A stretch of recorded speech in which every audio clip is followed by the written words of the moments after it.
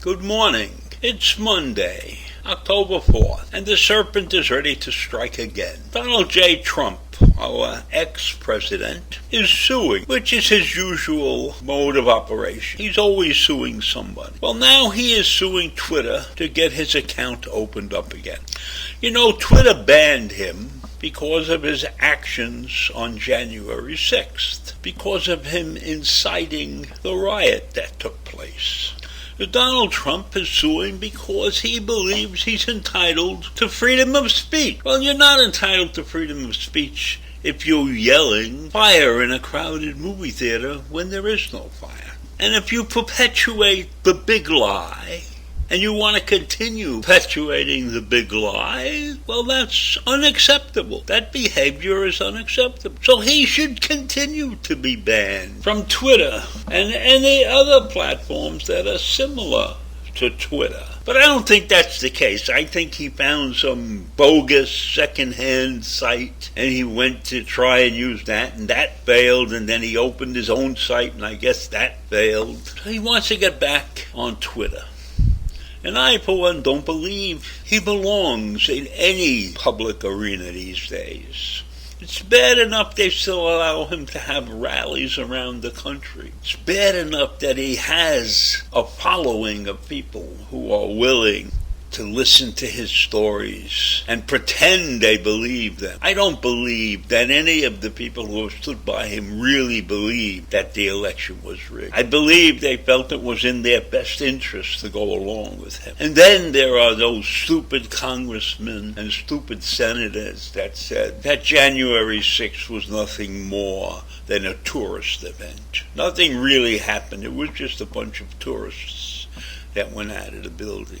And tourists, 5 people died, but it was a tourist event, a normal day in Washington. Well, if the man has that much power in clouding the minds of people, then he shouldn't be allowed to have any public platform at his disposal. So I am hoping that this lawsuit fails, just as all of the failed lawsuits involved in the so-called election fraud failed. Now, this lawsuit deals with freedom of speech, one of the foundations of our Constitution. And Trump is claiming that Twitter exercised a degree of power and control over his political discourse in this country that is immeasurable and historically unprecedented and profoundly dangerous to an open democratic debate. Now that's a mouthful.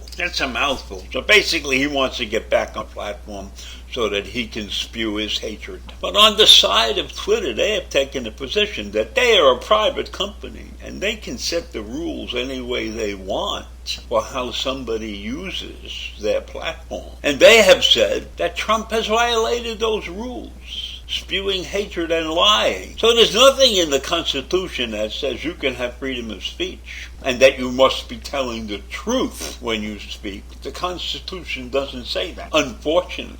And then there would be the great debate about what's really true, because you know what happened after the big lie. You know, as I mentioned before, how many congressmen and senators spoke up to defend Trump's position. So this is a wonderful example of what you can do in this country, what you're allowed to do. You can challenge a business and force them to accept you as a customer. I don't think that's what Twitter wants. I don't think that's what the public wants. I mean, we have many debates about how people run business, and the businesses usually win. If you take a look at the cases where bakeries have refused to bake cakes for same-sex couples based upon their religious beliefs. And nothing happened to those bakeries. So I look at this thing as sort of in the same mold. They're setting the standards for their business. And if you lie and incite a riot, then you certainly shouldn't be allowed to use the platform. And I don't know why any group of lawyers would take this case. But of course it's Donald Trump. And of course he sues. That's his modus operandi. He's probably had more